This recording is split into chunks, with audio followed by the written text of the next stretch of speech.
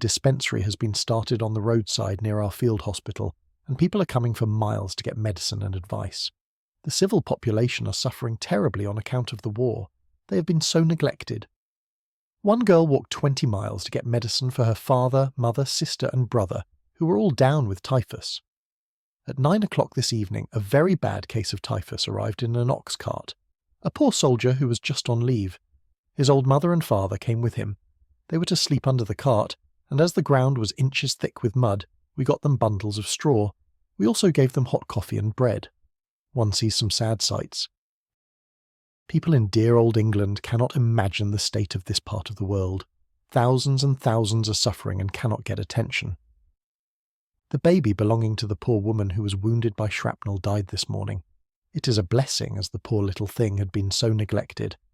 But the dear nurse that was looking after the baby was heartbroken. We called her Copper Knob, because she had such lovely red hair. I have had a most interesting day.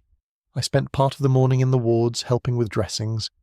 It is really terrible to see these poor men. Most of them have lost their legs and feet. Hundreds and hundreds of the men have lost their toes and feet through frostbite. One poor fellow of only 22 has lost both his feet, and often calls me to show me the 2 stumps. It would be a blessing if some of these poor men had been killed right out, instead of all the suffering they go through. Most of them seem happy, and it is because they won't be able to go and fight again. The Serbs are very brave, and some of them stand pain so well.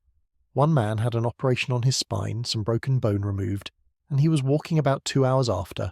Another man had some varicose veins removed, and he was walking 10 minutes after. Today we had a medal presented to us from King Peter. It is a coat of arms on a cross of Serbia, and is called the Cross of Charity.